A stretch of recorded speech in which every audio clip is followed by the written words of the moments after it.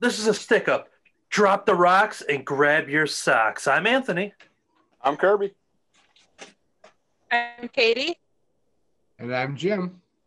Welcome to issue number 161 of the Crimson Cowl Comic Club podcast. Each and every week we meet here to talk about comic books. On this very show, we've got several segments lined up for you. We do have one correction right away at the top. Instead of doing our club discussion for Inkblot number 4, we've had a couple late deliveries, so we are going to push that to next weekend alongside Batman, The Adventures Continue number 7. So you can come back next week to hear the discussions on those. And today we're going to do rounds of weekly reviews, talking about the books that we've been reading, both new and old. And we do have a letters page this week, which the question is, which comic book character would you want to job shadow in real life? So you can think about that. We'll talk about those answers later. And then over in the news section will be part 2 of 2 of our preview, and we will cover the independent catalog, the giant catalog, independent publishers, and merchandise and apparel and collectibles and all that fun stuff. So that is our lineup for today.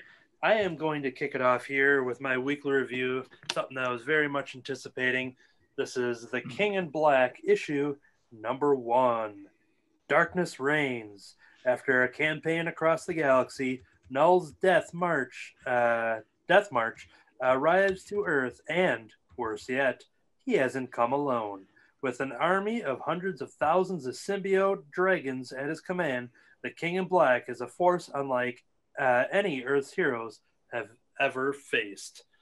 This is the ongoing story for the Venom creators over the last several years of Donny Cates and Ryan Stegman, with other artists kind of going in and out of different arcs. Also, last year we had the Absolute Carnage event, 5-issue event with a bunch of spin-offs and tie-ins and stuff like that.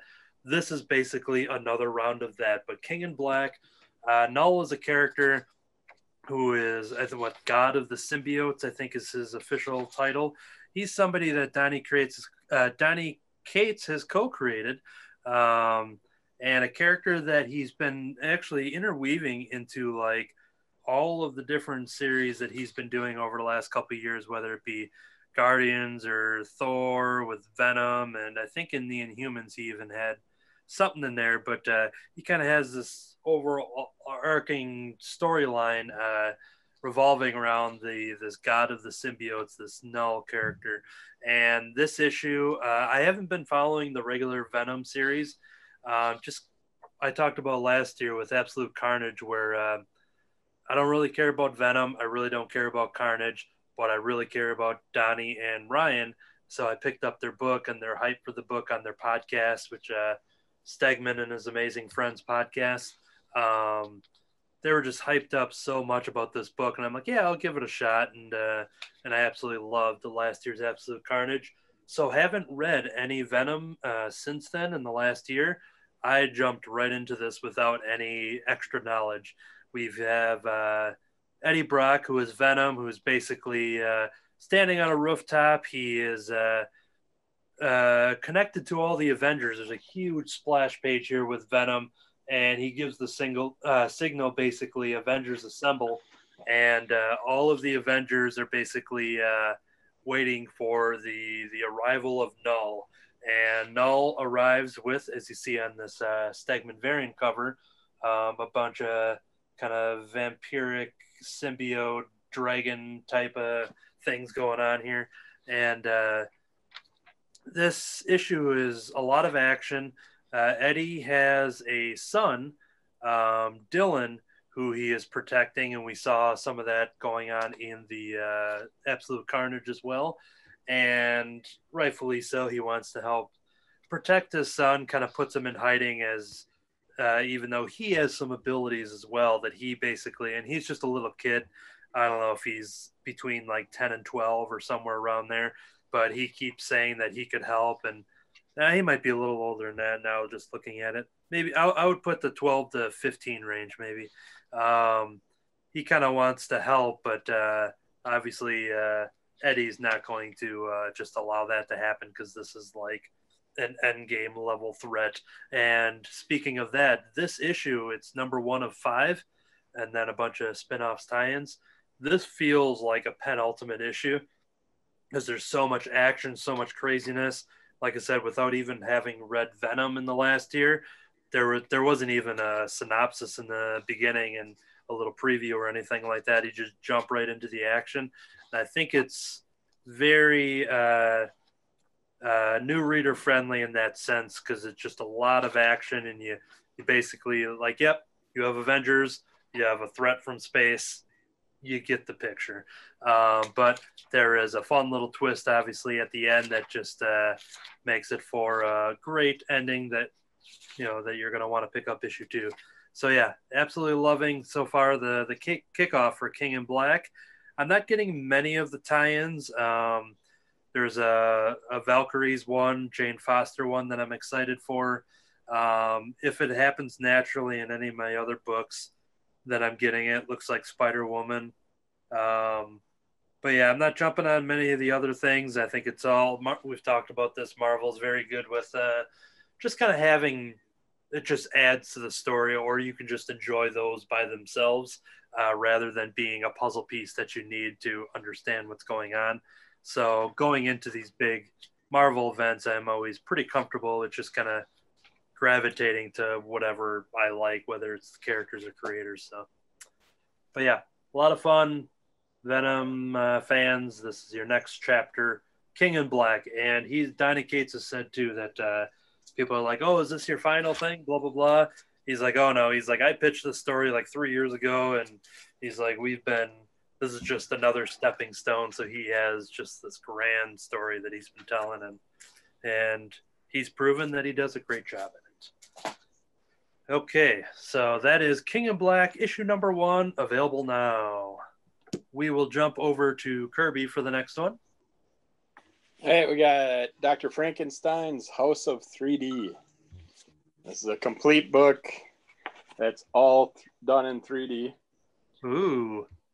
It's a fun Frankenstein story. Basically, one of the members of the Frankenstein family takes over for Dr. Frankenstein, and he's obsessed with his serum that he has that can flip a person either way. It's like he takes his friendly little bunny rabbit and injects him, and then the bunny rabbit decides to attack gets all super strength up and attacks the cat and kicks his butt for all the times that the cat messed with the rabbit. But yeah, he makes himself a creature, gradually works on some things. It's a really big Frankenstein.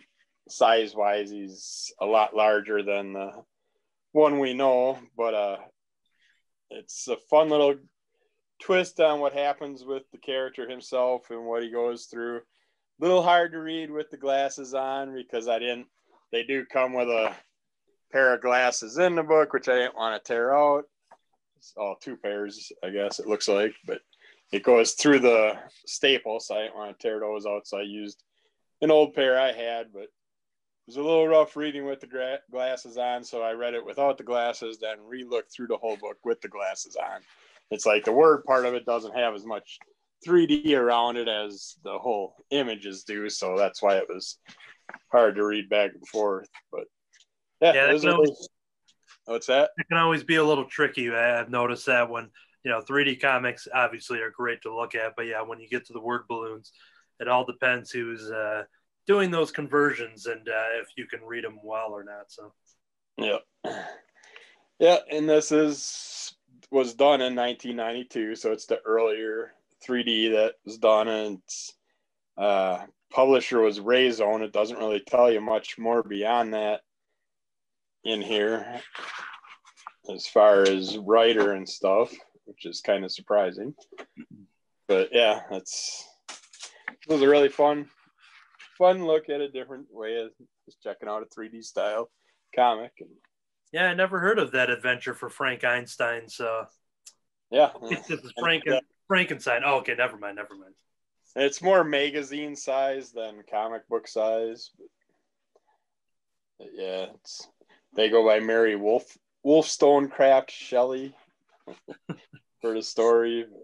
But yeah, I cannot find anything about a writer.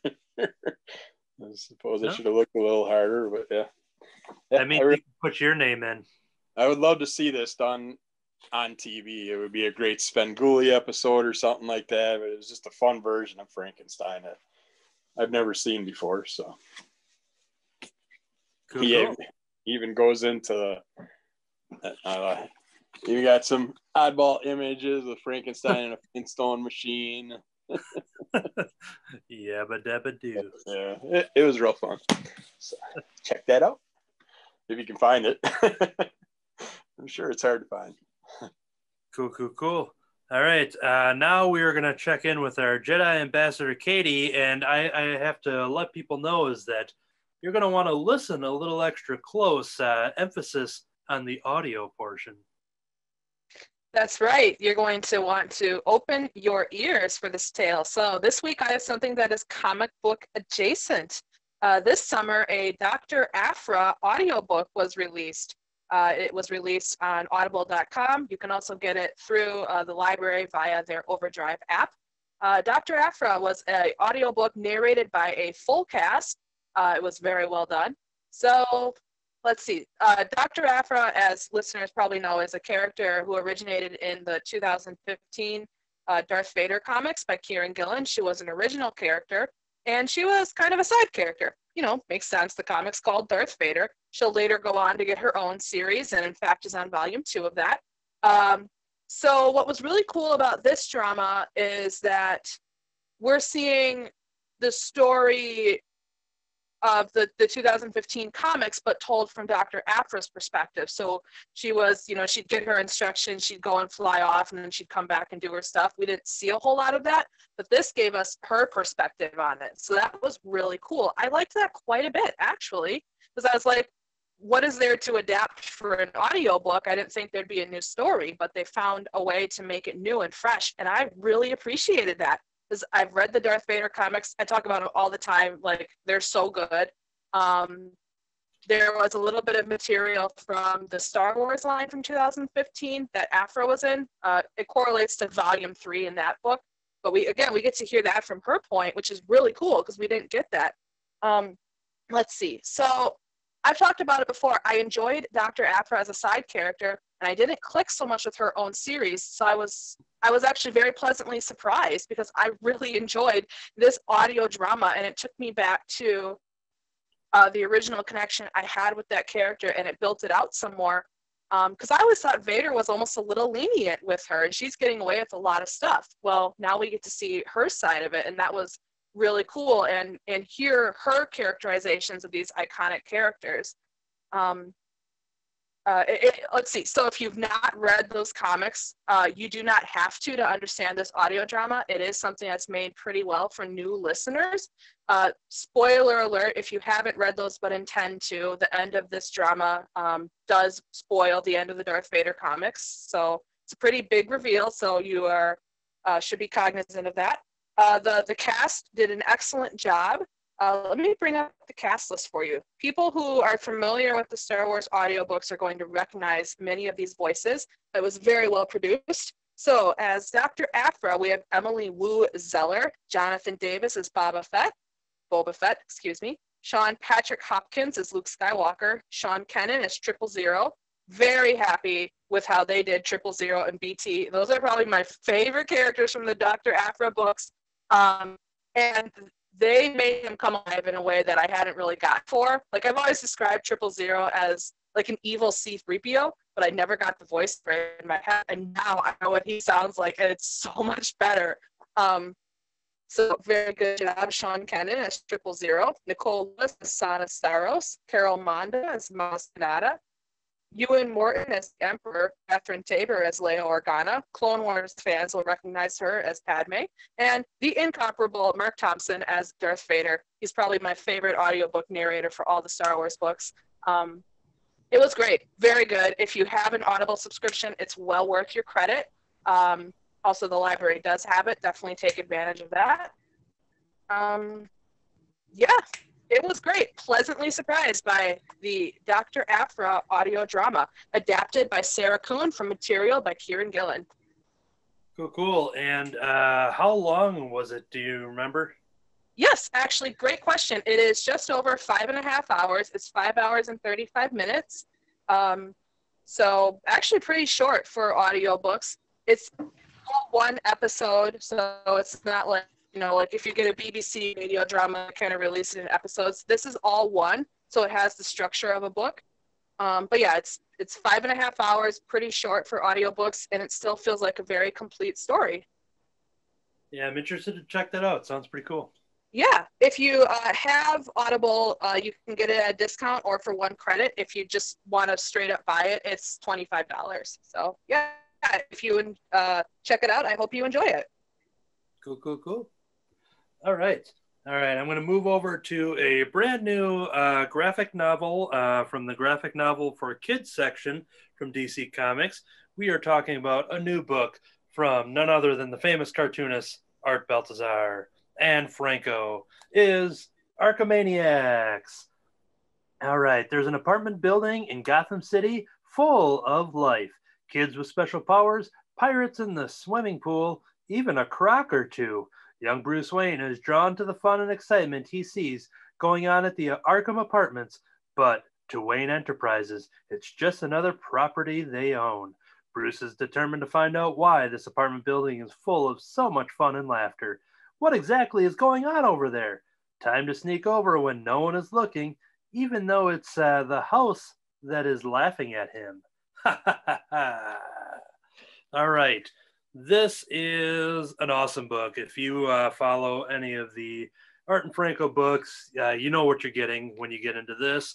A story of young Bruce Wayne, who is very curious about the Arkham Apartments. On a walk with Alfred one day, they come across the Joker, who's just singing along as he's walking down the street. Everything's all cheery and bright and sunny by him, but it's funny, on that same street when Alfred and Bruce, who are always just riddled with darkness, it's storming and they have an umbrella and everything. So that's just kind of some funny little character things that are thrown into this cartoony story. And Joker knows who Bruce Wayne is, but little Bruce has no idea who he is. And when he sees him go over to the apartment buildings, Bruce is very curious and starts asking a lot of questions about what that building is. One little fun thing in here is that the building supervisor is none other than James Gordon. So that's a fun little addition into this here. We meet a bunch of the Batman Rogues Gallery, all the villains who would naturally see at Arkham Asylum, but are in this apartment building setting. With this being a graphic novel for kids, it's all done in a very hilarious and adorable, fun manner. I'm not going to go into details about some of the stuff here, some of the reveals. There's a cool thing about Scarecrow that's extremely hilarious, a little spin on his character. I will say that I was excited to see, as I was reading this, I was wondering if we were going to see Clayface or not.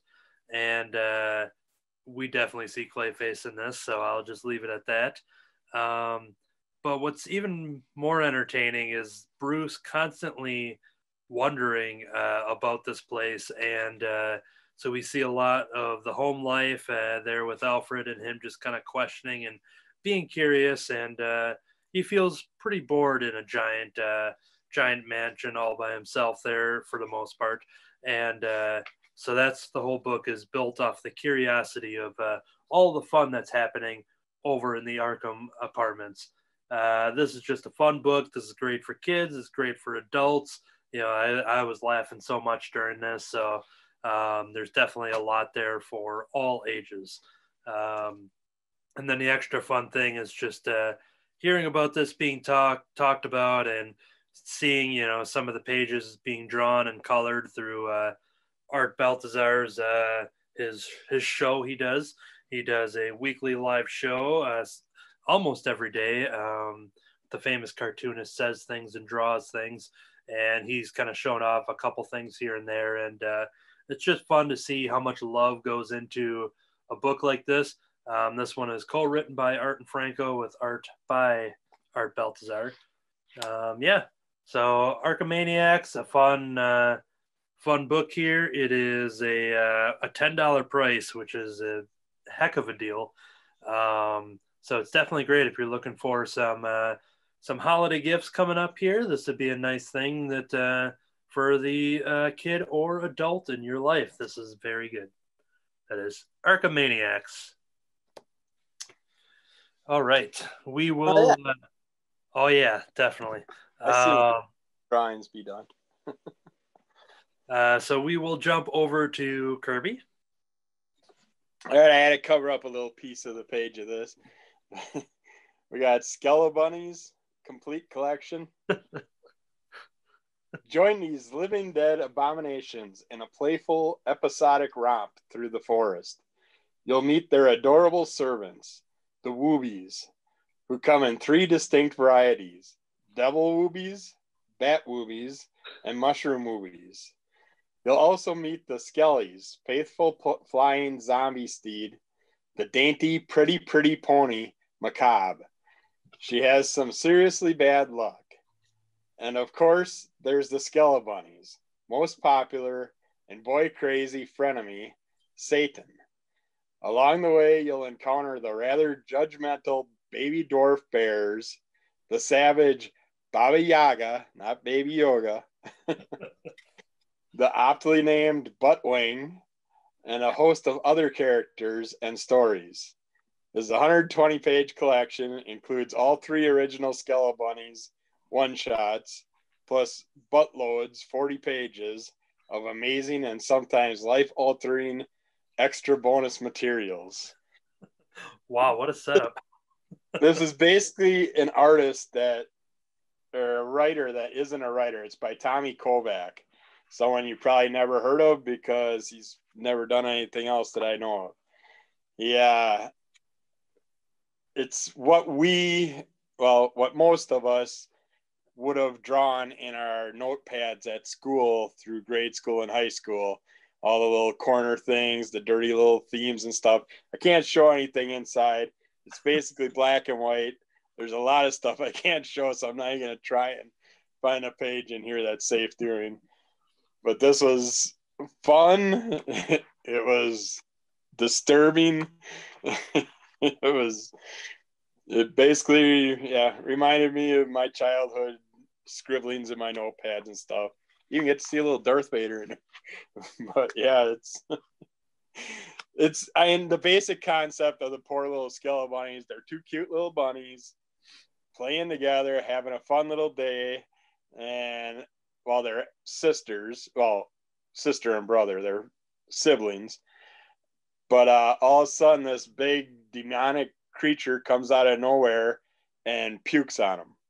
And he has this acidic puke that just basically melts away all their flesh. And that's why all that's left over is Skelebunnies. And they were supposed to die and go to Satan. And Satan was mad because they lived as Skelebunnies. So now they're running around and they make a deal with Satan that Satan will get him as much sheet metal, which really irritated me because this is a complete story, but it never explains why they wanted sheet metal.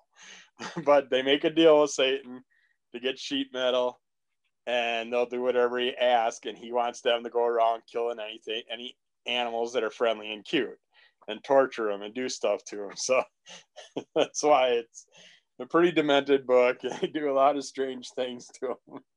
It's just even the poor My Little Pony type character, he goes back and forth through hellish adventures. But I'm gonna make an assumption that you were scrolling and you saw this title and you're like, I have to have it. Yeah, I just I seen the name and that was it. And so I didn't read anything. It's like in the cart. Yeah, seems like a good buy. It's pretty demented, but yeah, it was still fun in my opinion.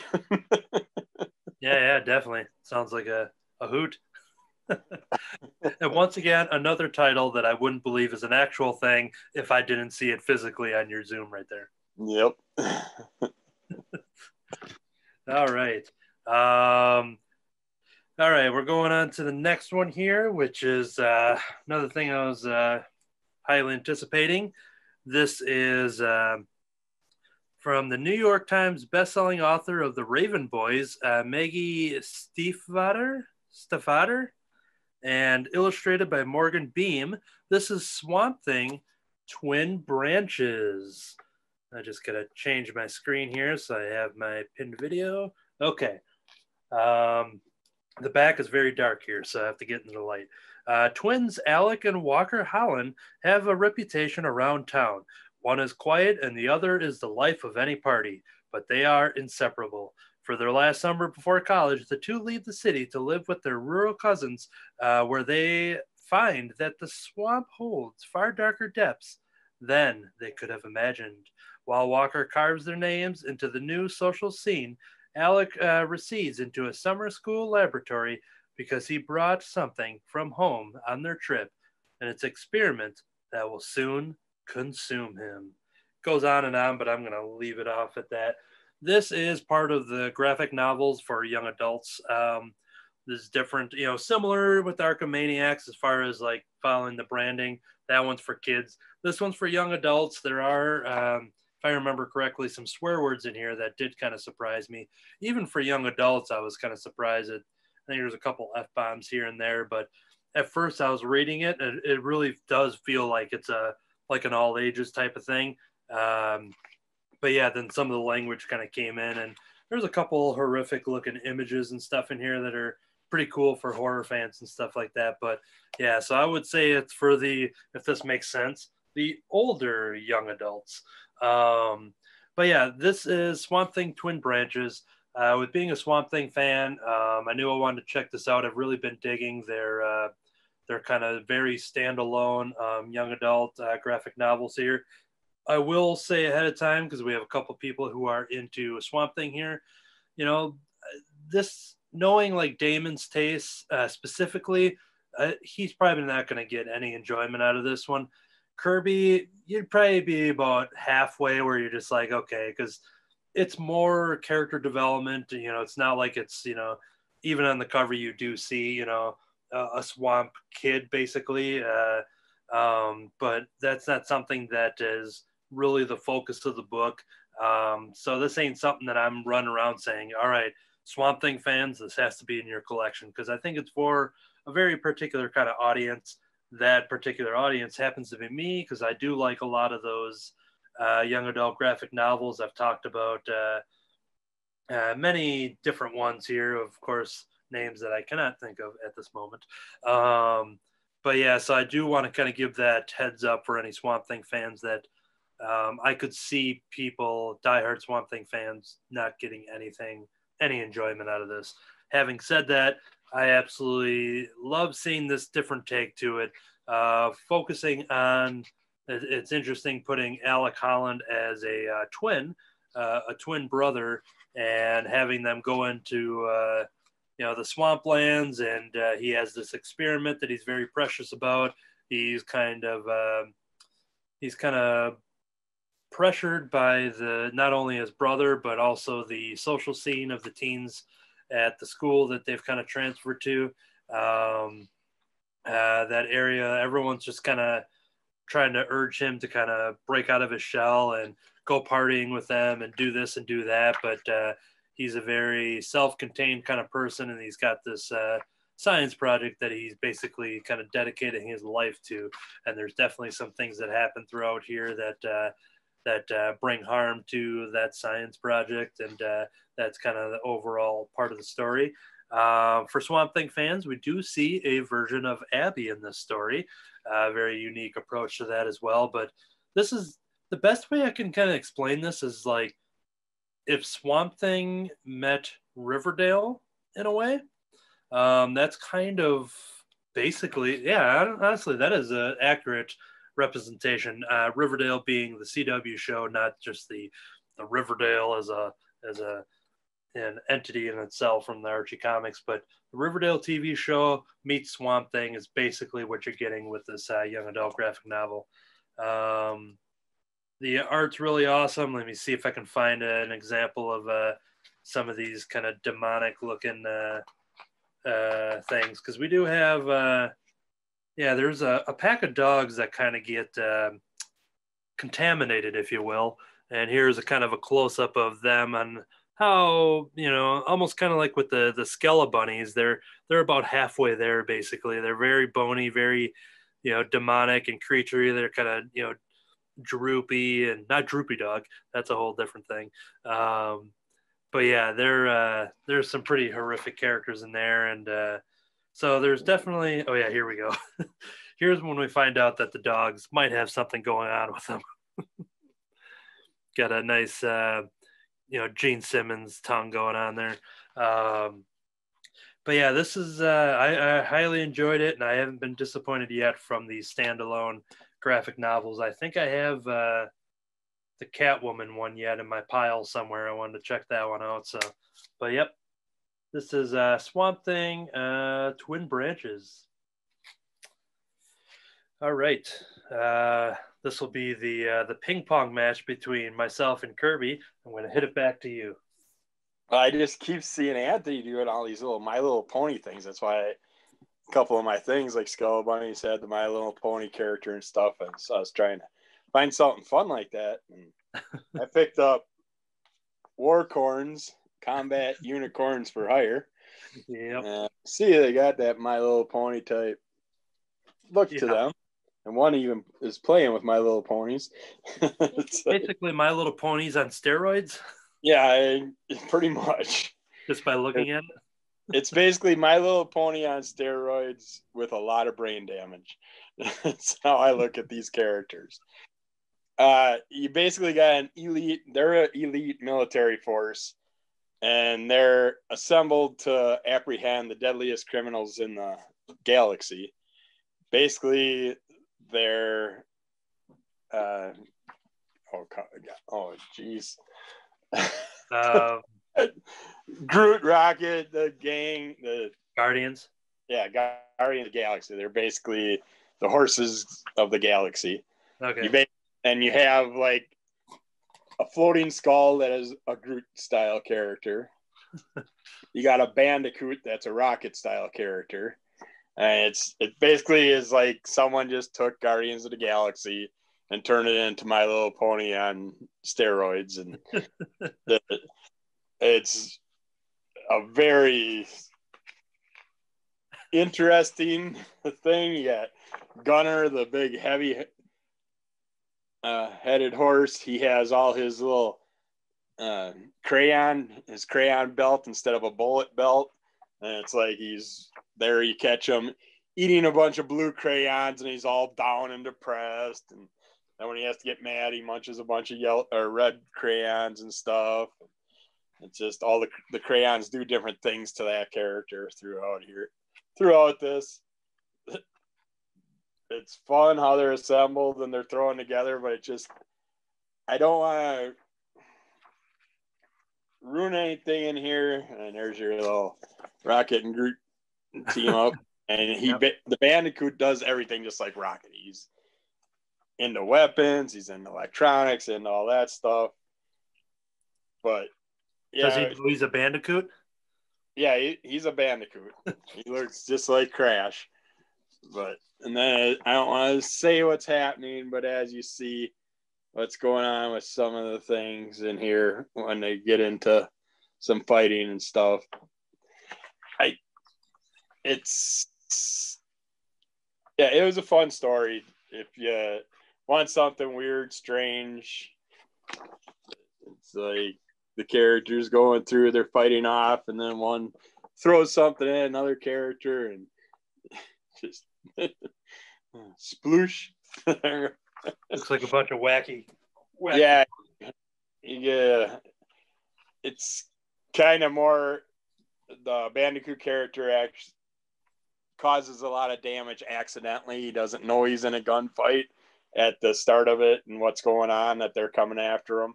He's more interested in what he's looking for, and he just accidentally fights through the fight without knowing it.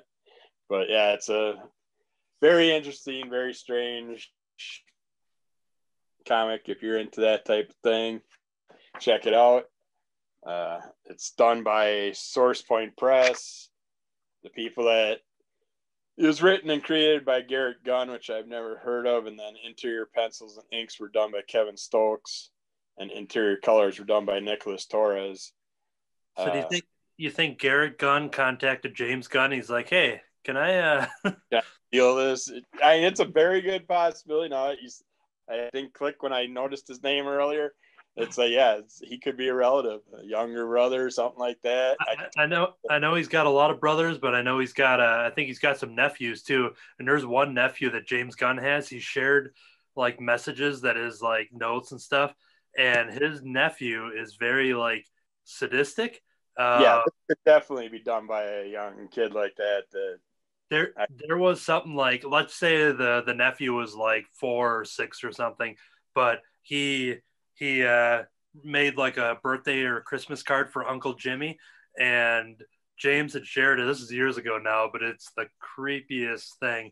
And it's basically the little kid saying that he wants to kill him for Christmas or something. He wants to kill his Uncle Jim for his birthday or something like that. And it's just like, and he drew like a very horrific image, and like, well, this kid should yeah, that could totally be the person that did this, or one of the older ones may have took what that kid talked about and put it in something like this, because this is basically like Axe Cop was done. That was done by like a 4 or 5-year-old kid. Yeah. Wrote all the stories, and then they turned it into a series and comics and all that.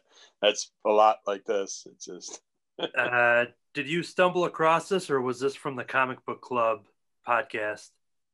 I came across it on previews. Okay, so they must. So yeah, they were on the Comic Book Club live podcast, and the weekly show on Tuesdays. And I was close to backing it because they were doing a Kickstarter, and I don't know if they maybe have like a new chapter out or something like that. But yeah, talking about that later on in the show. Okay. But yeah, I wish I would have known that Kickstarter was out. I would have jumped on that one too. Yeah, I was looking at it, and I just had to go away because I'm just like, you got to draw the line somewhere. And well, not there. if not there, then when? It wasn't going to happen. But now that you talked about it, now I feel like I'm missing out. So yeah, that's one you should have jumped on. All right. Well, in order to not have any, what's the word I want to think here? Dead air. I'm going to talk about the graphic novel Dead Air. So I revisited this. Myself and Kirby have been talking about this on the Under the Cowl of MS. He recently reviewed the Citizen Nocturne story that's collected in a paperback that with material from Graphique Musique by Mike Allred and Laura Allred. This is his first ever published work from 1989, M. Dalton Allred's Dead Air. The end of the world was nothing like we had expected. No explosion, no blinding flash of light, just the beautiful glow of blue over the distant mountains. So begins Dead Air, the story of Calvin Lennox, a man trapped on the edge. So I had picked this up years ago after, being an Allred fan. A lot with coming from iZombie is where I kind of really started, and then picking up Madman issues here and there, but never properly reading them in any specific order. And then the Silver Surfer run that I'm always talking about with Dan Slott. And so over the last decade or so, I had been scooping up things here and there. And when I had heard about Dead Air years back, I picked it up, read it. I've now recently revisited. And what's cool about this is that Michael Allred in this would be late 80s, he was writing a screenplay for a movie called Dead Air. He really wanted to get into making movies, which he would later do as well. But this was something he was going to write and direct. and he started to draw storyboards for it. Now, I think it was, I don't know if it was like a roommate or a coworker or somebody. I think it was a coworker. He had seen that he was drawing out these storyboards, and he's just like, it's like, well, this is great art. Why are you making this as a screenplay? You should do this as a graphic novel. And so Allred was already doing the work for it. So then he's like, all right, yep, I'll do that. And I think he had, I don't know if he was the one that, I heard it from him. I'm sure other people have said it, but saying that like comic books are like the poor man's movie making, that's basically he used that to make Dead Air, a story about Calvin, who basically he's working at this radio station, which Mike Allred did in his real life as well. And it's a story about him realizing that there's a big quarantine going on. Once again, this is 1989, and his wife took the kids, and they had previously went, I think the day before, to Eugene, Oregon, a lot of Mike Allred's stories are all very self-referential. So a lot of his stuff, he's a Portland boy and lives in Eugene and all that kind of stuff. But all of a sudden this threat of nuclear war happened, and nobody was left to leave the city. But here we have Calvin, who is worried and hasn't heard from his wife, and realizes that he needs to go, and he tries to get permission from the mayor, which immediately shoots him down. He's like, nope, can't do that. Nobody can leave. And him and a group of buddies basically come up with a plan to basically escape the city and go and travel into a world, going to Oregon,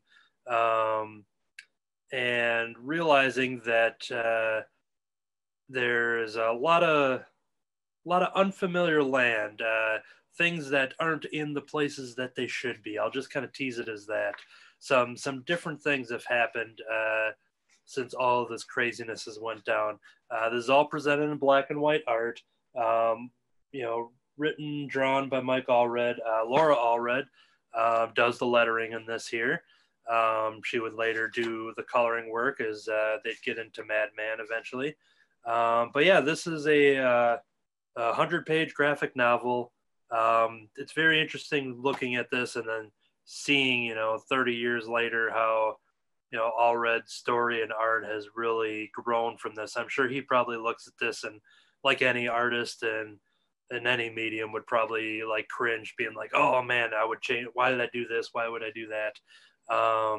But I look at it and I just see how a lot of his themes throughout all of his independent stories were right here from day one, dealing with, we talked about it with X-Ray Robot last week, the character of Kelvin just kind of contemplating life and the meaning of life and heaven and hell and eternity and all that kind of stuff. And all of that stuff that is later instilled in the Frankenstein Madman character is all rooted from here, which, by the way, this is all part of the Madmaniverse as well. All of his independent stories are part of the same, Kevin Smith View Askew type universe in that sense.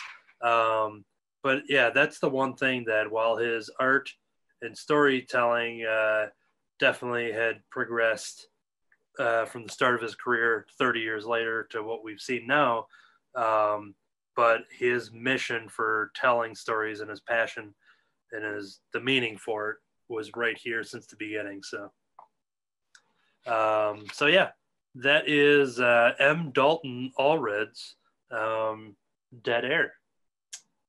This isn't as easily found. This one, when I got this years ago, it was probably like $20 or something like that.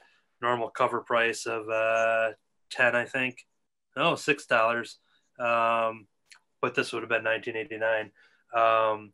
But I would assume this is being brought into the Madman library collections that I talked about last week, starting next year. Which they were going to do colored versions of their early black and white stuff. And I mean, I would almost assume this would be part of it too. So anyone trying to hunt this down, it might be easily collectible in that first hardcover volume coming next year. Yeah, then I don't have to keep looking. Yeah, because I did just happen to like plug it in. I see a lot of like $80, $90 copies and stuff like that, and I think most of it's just the obscurity and just how this is all Red's first work, so that alone is the value of it. But I'm sure it was a very low print run. This is from Slave Labor Books, but yeah, that he had his stories all kind of thought ahead, because in this collection they're advertising graphic music, and that is in the graphic music issues that isn't part of the Citizen Nocturne collection, is where you see the sequel to this. You see the continuation of these characters. So all right, figured I would just throw that one in there and to kind of beef up the episode a tad more. So that will conclude my weekly reviews, but got another one from Kirby. Yeah, Grimm Fairy Tales 2020 Holiday Pinup Special. Open up all those pages. I can't see anything in there. What's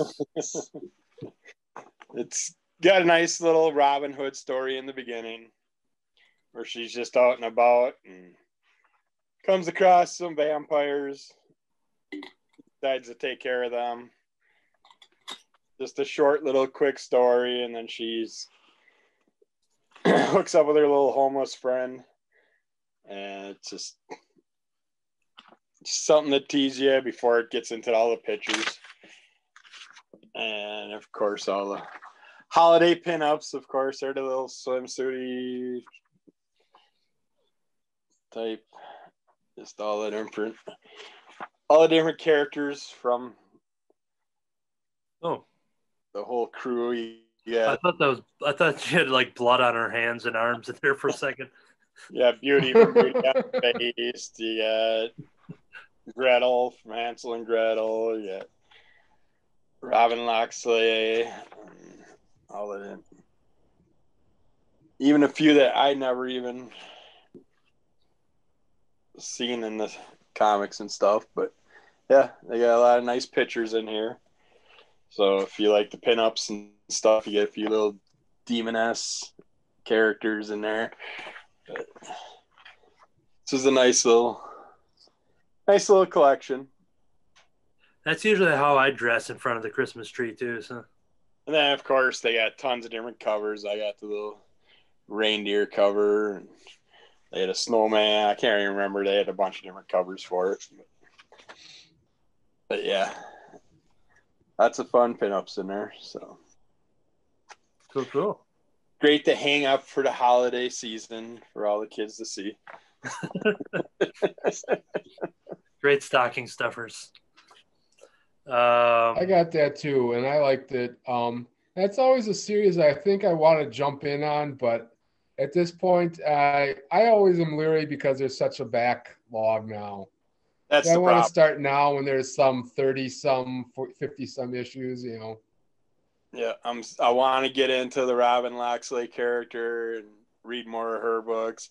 I'm thinking about getting into the Beauty and the Beast style character and checking out some of those. But yeah, they got so many different characters popping up, and with their own runs, it's can be an expensive. I've read a few of the miniseries, like from Jasmine, and there's the Three Musketeers one that I read. A few others from the Grimm. All the Van Helsing runs and stuff, and she's been doing a lot of crossovers with the Hansel and Gretel characters and stuff, and those are fun. Maybe one of these days I'll try the main line. It's basically like all the companies out there now. They got so many collages popping up. It's hard to collect them all.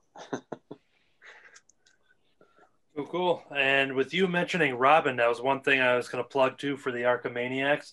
There's a hilarious reference to Robin in here. Once again, this is young Bruce Wayne, but they do some inside jokes for those Batman fans, and I had to stop reading for a bit to really laugh at the jokes they were doing in there. So does young Bruce Wayne have a sidekick, a baby Robin? It's like a year old. Speaking of Robin, Might have to pick it up. I haven't read any new comics this Mine's week in my because of shipment errors. But instead, I've been watching a lot of HBO Max and catching up on the Titans and the Harley Quinn show, which I never got to see before. And those are both really good shows so far. And I just want to say that the Robin character in there, the Dick Grayson, way darker than I ever imagined Dick Grayson being. Cool. So if you like the dark stuff, this is a show you want to check that out. Yeah, that's the one. If you've got HBO, in that first trailer when he drops, the F Batman. Yeah. And if you've got HBO Max and you haven't watched it yet, there's another show that is just really good. It's called The Flight Attendant, and it stars Kaylee Cuoco. And it's still ongoing. They're still releasing new episodes, but it is, I think I've watched the first 5. And that is another excellent show. So, yeah, I'll be jumping into HBO Max on Christmas Day with Wonder Woman 1984. I'm still trying to find a way to get HBO Max since I heard that can't get it on Roku. So I don't want to watch it on a little tablet. So. Yeah. I don't know much about it other than that. I think I can get it on my Fire Stick from Amazon, but I don't know. Yeah, Fire Stick has it. Yep. Okay. I know people that have. I got it on my Fire tablet, but the one workaround I was wondering is because usually I'll get HBO through Hulu through an add-on.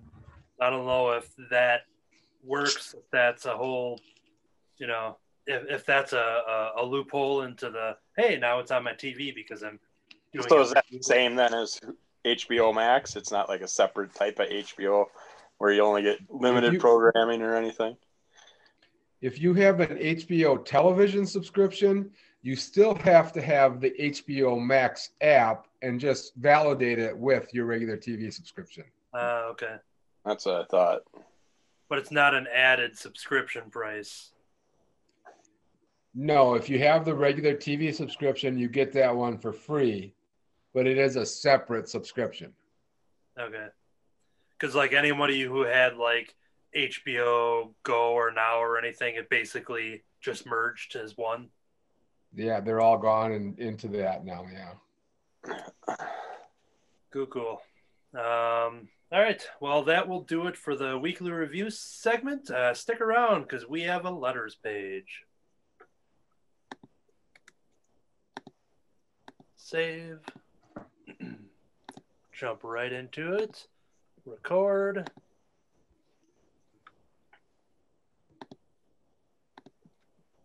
Okay. Welcome to the letters page. This week's question for everybody to answer is, which comic book character would you want to job shadow in real life? As everyone else thinks of their answers, I will kick it off. I'm going to go with Buffy the Vampire Slayer because represented in the TV show as well as in the comics, I like the idea that, there's a lot of normal people that happen to go out and patrol, before Willow got into magic and, before Xander lost an eye, he stayed, human throughout the whole thing. But there was always so many people that kind of tagged along, and they always looked like fun hangouts, and they would sit there and, Willow and Xander would share a bag of Tito's potato chips. Riley would be upset at them, and, they're just sitting there gossiping, and it just seems like even though it's a higher threat level situation when a vampire or demon is appeared, but for the most part, it just seems like a fun little hangout and walk and chatting with friends. And I think being able to job shadow Buffy Summers, not only getting to hang around with Buffy, but also I think with everything that entails with being part of the Scooby Gang, that they're pretty lenient on who can and can't join the club. And I figured, if I'm there, I'm part of the gang. So I think that would be a lot of fun. And ultimately, while I may get pushed down and get a scraped elbow or a knee or something, I got a feeling that I'm going to be well protected from Buffy no matter what happens. So I feel pretty safe in that environment. Kirby? Yeah. Well, Squirrel Girl would be an obvious one, just so I could hang out with her and learn how to talk to the squirrels, because I'm going to try and figure that out. And then Star-Lord would be fun, because I could hang out with the whole Guardians crew, just go flying around all over the place. Howard the Duck could hang out and do private investigator stuff. But yeah, I think those, or even like maybe Catwoman, just to learn how to cat burglar. Learn some tricks of the trade. Then you get to wear skin tight latex outfits and all that stuff too. So. If they want to see me bouncing around off the rooftops in spandex. And you get, throughout the years, you get, and she's had so many different masks and costumes and stuff like that. You would probably get just a pick from whatever she's not using that week. So I want the 66 outfit. Like I say, I got a couple of them on my ceiling here. Bright purple. I'll pan up here. I can't see it, but can you see them? Yeah. Yep. There's a couple up there. So yeah, there's always a fun array of costumes and stuff. So yeah, good choice. Jump over to Katie. Who would you job shadow? Okay, well, I think I would job shadow Harley Quinn from the Amanda Conner and Jimmy Palmiotti run, kind of post Joker. I don't know. I kind of like the idea of throwing away your professional career and being like, you know what, my career is mayhem, and I'm going to do whatever I want. And yeah, Harley's insane, but she is pretty funny in those books. So I think I'm going to job shadow Harley Quinn. Oh, and I don't have to worry about like a work uniform or professional dress, because she always looks like she's shopping at like 2005 era Hot Topic. So I'm down. So me and Harley Quinn. Sounds like a great answer there. Thank you. All right, Jim, who would you job shadow? Well, obviously Batman, but I thought, that's going to be a little too difficult because I can't keep up with that. So it's like, I'm going to go with pretty much any one of the Legion of Superheroes, because some of those people in the Legion of Superheroes have the weirdest, oddest, and almost inconsequential superpowers. Like Matter Eating Lad, all his superpower is he can eat anything. There you go. Or the Invisible Kid. How would it be to shadow him? It's like, you're just walking around behind side nobody and doing something and acting weird. He could be shadowing you right now and don't even know it. Hey, you don't know, yeah. See, now, if you did job shadow Batman, you'd probably get to hang out with Kirby, because if he's job shadowing Catwoman, you two are by association probably just hang out. I was just looking at that book that Kirby is holding up. Hold it up again. I didn't see it. Oh, jeez. That again. Yeah, check out if it's up or when it's up, but the latest. Gopher, Woodchuck Norris. Oh, boy. All right, well, I think those are a bunch of fun. And speaking of fun, it's great how we all did go, like, Kirby dipped into it a little bit, Jim dipped into it a little bit, but ultimately we went with more safe environments for ourselves. We didn't really try to take on too much that we couldn't handle, being like, oh, I want to job shadow Wolverine, being like, I don't know, maybe other than going to the bar and getting hammered or something, you're probably still going to get in a fight, everywhere you go. There's a lot to fight the job shadow, but you got to also have their abilities to do it.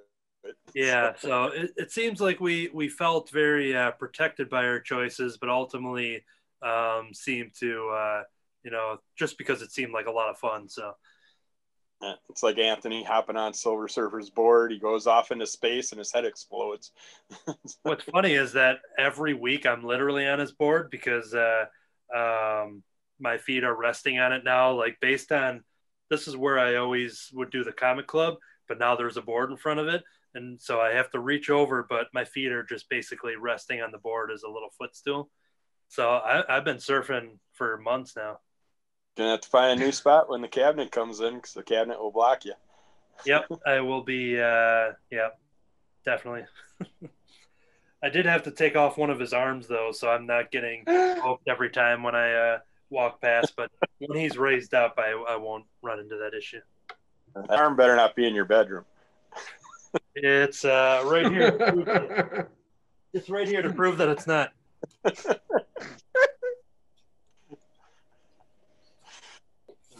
So we're going to wave goodbye. Mom, I wasn't. Oh, hold on. The whole time, Silver Surfer is here. Oh, hi there, Surfer. Oh, yes. Nice to meet you, Surfer. Oh, it's like Woody from Toy Story. Hey, it's Buzz. Yep, he's gonna hear. He killed Buzz. Okay, anyways, what are we doing now? Yeah, Woodchuck. All right, we'll see you in the news segment, I think. I was flipping channels the other day, and I came across Delta Force with him in it. Yeah, that's I haven't seen that thing forever. Can't believe how many times I watched it in my childhood. All three of them. Yep. I just hit a minimize thing, so I gotta like get my zoom window like real small. Okay, here we are.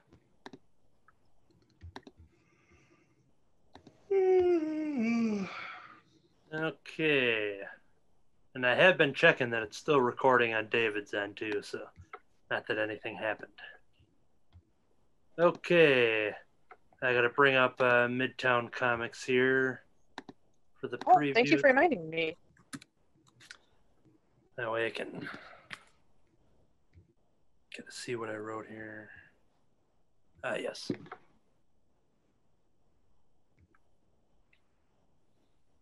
Any special hidden message for David here as we wait? You'll have to sift through these messages later. Nope.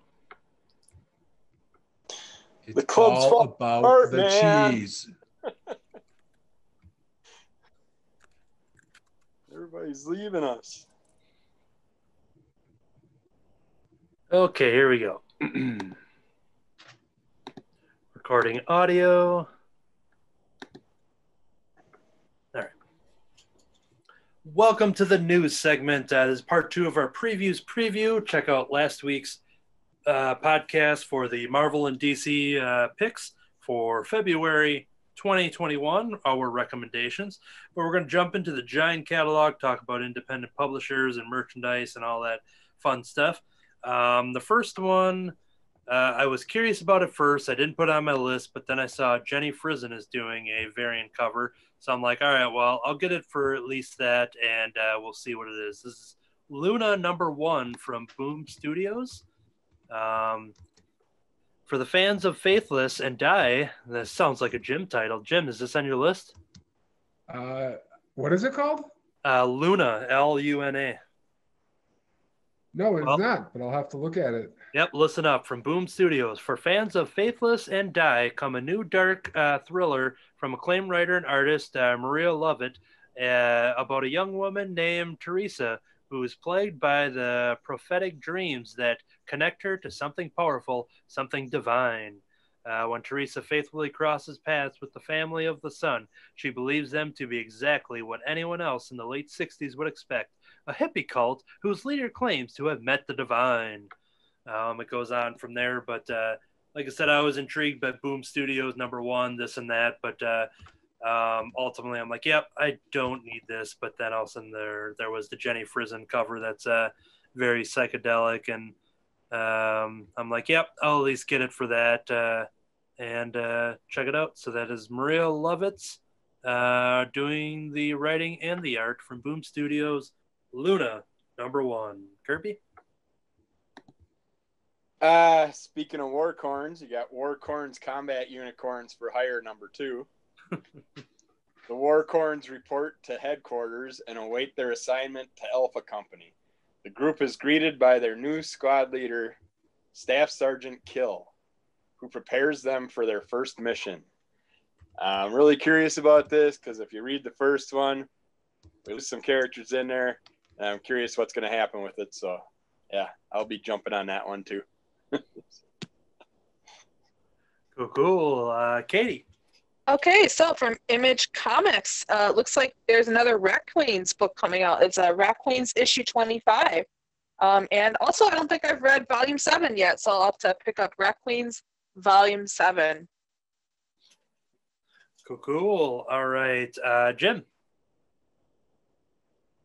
Yeah, I found this one called Vlad Dracul, trade paperback. And this one is, where does it go? It is $6.99 for the trade paperback, which collects several issues of this story, which were put out individually. So it is just a graphic interpretation of the story of Vlad, the historical Vlad, and see what became the Dracula legend. Cool. Keeping in the vampire family, I did mention Faithless earlier, but this is one that has a lot of faith because it's called Buffy the Vampire Slayer, Faith #1. Cue the woodchuck. Cue the woodchuck there, Kirby. There we go. Yep. Thank you. So I had teased this in my last review of Buffy. Faith did show up at the end of the issue, and I found out about it by reading this solicitation first before reading that issue, but didn't take away from it. So Faith #1, the future of the Buffyverse begins here. The future of the Buffyverse begins in an all-new one-shot. Oh, it's a one-shot. All right. Revealing the secrets of Faith, the Vampire Slayer. With no watcher, no idea how to harness the power in her, and no idea where it came from, Faith has fallen back on old habits and morals to guide her.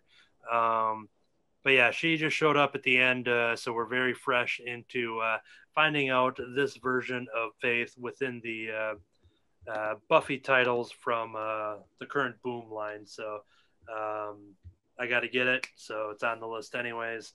So that is, now that I see it's a one-shot, I'm going to have to look once and see if there's multiple covers, because yeah, there's 2 different covers, so I'm going to have to add the second one now, knowing that I'm not, buying 5 issues or something. So, all right, that is written by Jordi Belair, and art is by Eleonora Carlini. All right, Kirby. Beware the Witch's Shadow, Winter Special. Deep in the darkest snowy woods, there's a cabin where monsters dwell and wait for the unlucky to visit. The wisecracking witch is back with new tales of terror and snarky horror. In this issue, we discover that the undead are everywhere, even in the dark reaches of space. And the con man tries to work the system, but finds out that one's grip on sanity is indeed a slippery slope. Plus a bonus tale to sink your teeth into. It's beautiful, bloody horror in this classic comics vein. Beware the Witch's Winter Special comes with 3 cover editions, which you can check those out and stuff. But yeah, it's that old terror tale style short story type collages that I always like. So I'm gonna have to check that out. Excellent. Katie. So from Dark Horse, there's something called Young Hellboy, The Hidden Land, #1 of 4. Really like Hellboy. Great series, and I think it'd be cool to find out some more Hellboy stories, especially from when he was younger. The creator, Mike Mignola, is on this book, as well as Tom Singiosi and Craig Rousseau and Dave Stewart. So a lot of great talent on there. It's coming out February 17th. That's Young Hellboy, The Hidden Land, #1 of 4. That's on my list as well. Cool. All right, Jim. All right, my next one is called Arya, Heavenly Creatures One Shot. This is from Image Comics. For those of you who are familiar with the series called Marked, this is a kind of a tie-in to that story. This is about the character Lady Kildare, who appeared in the last issue or the last 2 issues. And it focuses mainly on her and her background, what she was doing before she became involved with the Marked crew. Cool. All right, I got to go through my list here and see where my next one is. Where is it? Just waiting to see if everyone's looking at my Zoom screen or not. Oh, I found it. All right, this is Stray Dogs. This is from Image Comics, Tony Fleeks and Trish Forrestner. I think I was sold from this first opening line, which is Lady and the Tramp meets Silence of the Lambs. It's scary being the new dog. Sophie can't remember what happened. She doesn't know how she ended up in this house. She doesn't recognize any of these other dogs. She knows something terrible has happened, but she just can't recall. Wait! Where's her lady? A 5-issue Don Bluth-style suspense thriller by My Little Pony comic artist Tony Fleeks and Trish Forrestner. Stray Dogs is Lady and the Tramp meets Silence of the Lambs. Yep, I'm going to get that. All right, by 21 Pulp, we got Prison Earth graphic novel. Earth is secretly a prison. Aliens incarcerate their criminals on our planet and use human bodies as prison cells. But now there's a flaw. The most violent offenders are escaping. And it's up to 4 people with special abilities to stop them. From Winkler Films, who did Creed, and 21 Pulp, who did Hero Hourly. So, sounds interesting. I gotta check it out. Cool. Katie. All right. Emergence, number 1 of 8, all from Dark Horse. It appears to be a reimagination of the Eisner Award-winning series with a bunch of different guest writers. Kind of interesting. This series just wrapped up, so it seems a little quick to be reimagining it. But yeah, it's kind of a cool idea. So we have Ben Oswald, Jeff John, Maruko Tamaki, Chip Zdarsky, Kelly Thompson, and more. It's 1 of 8. It's shipping February 10th. So that is Black Hammer Visions, number 1 of 8. All right. Jim. And just to mention, right. Black Hammer Visions. Yeah. I got my list too, because I don't know if Anthony's seen it or Okay. not, but cover B has a milk and cheese cover thing on it. Oh, really? Okay. Cool. I will have to look at that right now as we jump over to Jim for the next one. All right, the last pick I have for the Independents is called Casual Fling. This is from AWA. And despite the title and the cover, the story is not what it looks like. It's got a very, both covers are actually very, well, going with the title, they fit the title, Casual Fling. It's very kind of adult themed. However, the description is quite different. When 2 young siblings excitedly unwrap their final Christmas presents, they discover toy robots unlike anything they have ever seen, and with good reason. What the kids and their parents don't know is that their quaint suburban home just became the beachhead for these self-aware bots that have begun to explore the outside world. And when one of these bots breaks bad, it's going to take a Christmas miracle to stop him. And this is one of their 5-issue miniseries, which they've been doing since they became a publisher. And I don't know how, if this is going to tie into any of their other titles, but that premise sounds quite interesting to me. So for 5 issues, I'm going to check that out. Cool. All right. My last pick here is something called Black Hammer Visions number 1 cover B variant. So, yep, I just added that to my cart, and yep. Thank you, Katie and Kirby. All right. That is going to do it for my selections as far as new titles in the independent catalog.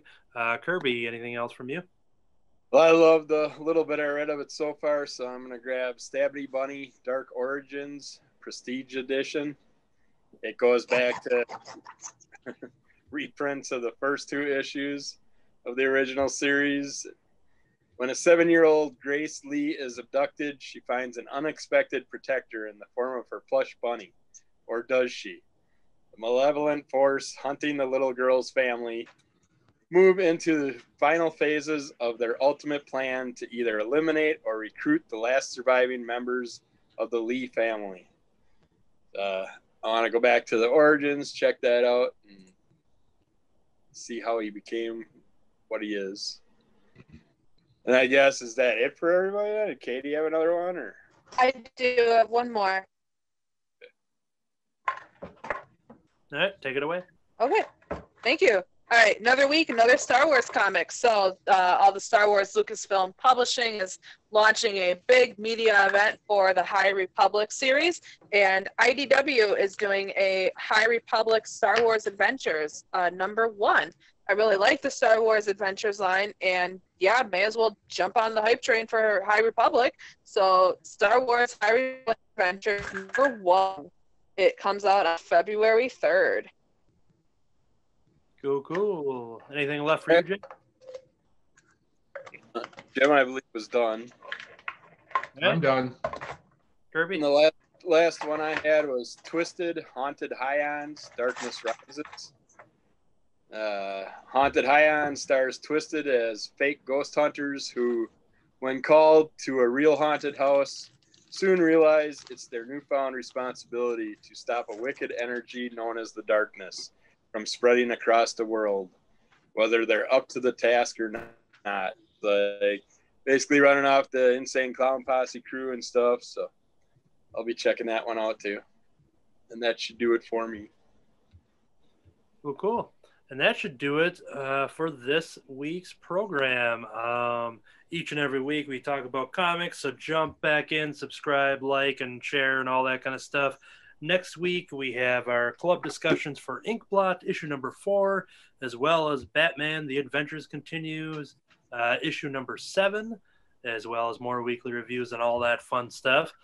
So yeah, like and subscribe to us.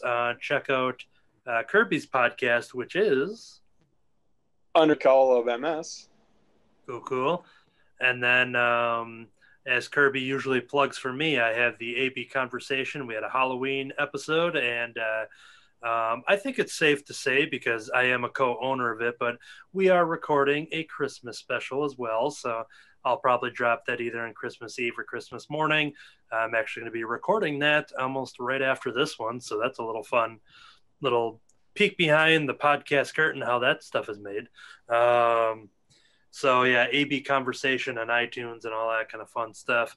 And Under the Cowl is another one we do on Wednesday nights. A little more loose conversation, a little more mature rated conversation at times. All the stuff that we don't talk about here, we run off into the Under the Cowl podcast. So lots of different ways to follow us there. And I'm going to give a special shout out to the Comic Book Couples Counseling podcast. I talk about them from time to time, so check out their podcast and all the different platforms in which they take a month dedicated to a bunch of character romances across all different publishers, but then they select certain issues and story arcs each and every week and dedicate the entire month to them. Their 50th episode was diving into the Silver Surfer and Dawn Greenwood of the All Red Slot run. They just wrapped up a whole month of Usagi Yojimbo. They did a whole month of that, so you can check out their episodes on the Comic Book Couples Counseling podcast. So yeah, that is a plug for them, and I think that will do it for this week. So this whole time, I've been a crazy, powerful, Asgardian, weird worldian, ice giant fairy, son of a Dormammu, magical friend of Kelvin. I just ate 3 different colored crayons with a group of unicorns, and I'm tripping balls, man. I am Harley Quinn's personal assistant. I'm going to go sit by the freaking post box and wait for my comic books. To be continued.